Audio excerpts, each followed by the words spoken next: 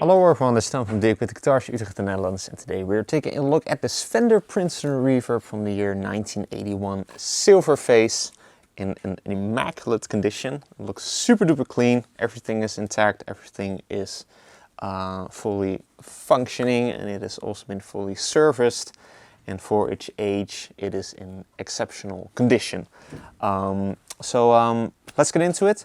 The Fender Princeton Reverb, one of the most iconic amps produced by Fender, and they've been in production for at least the 1940s, right, a long time before they even introduced this control layout, because I believe that it started out as the regular Fender Princeton with just a single volume knob, and then the whole cabinet was made out of wood.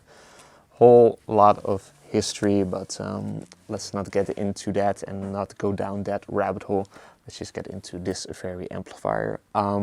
So in the Silverface era, 81, I believe that they went over to Silverface in like 1968, and this is still just very much that type of layout and that type of amplifier that they have produced throughout the 1970s and so on.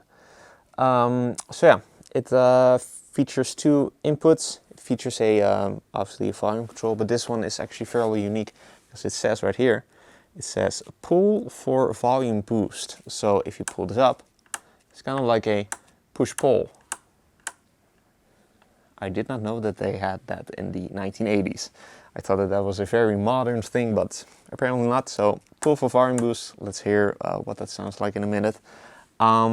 A treble control, bass control, reverb control, and then a speed and intensity control for the vibrato slash tremolo. Obviously the cloth is looking just beautiful, as well as the Fender logo. Everything totally original, and also, like I just mentioned, it has been fully serviced. All right, flip it over. You can then take a look at the tubes.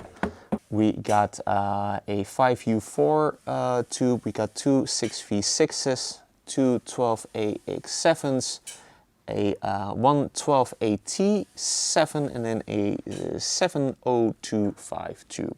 Me, myself, I'm not really a tube amp expert. I don't even own an Oops amp, I actually own a Towmaster, but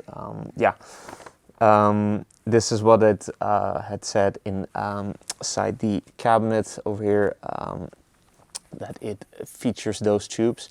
It has been fully serviced, like I mentioned, which is laid out in detail on these little sheets that come with the amp.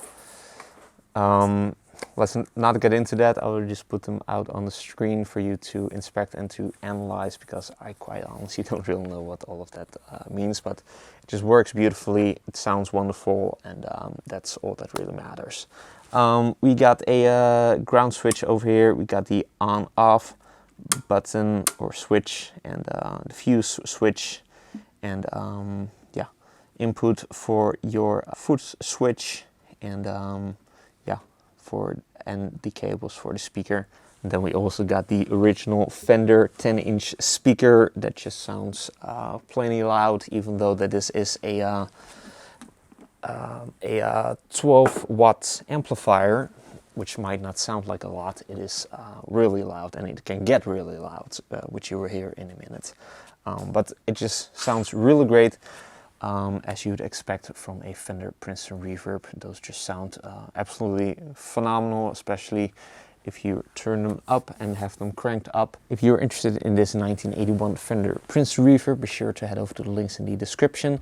Please do know that this is local pickup only, so this will not go out by mail.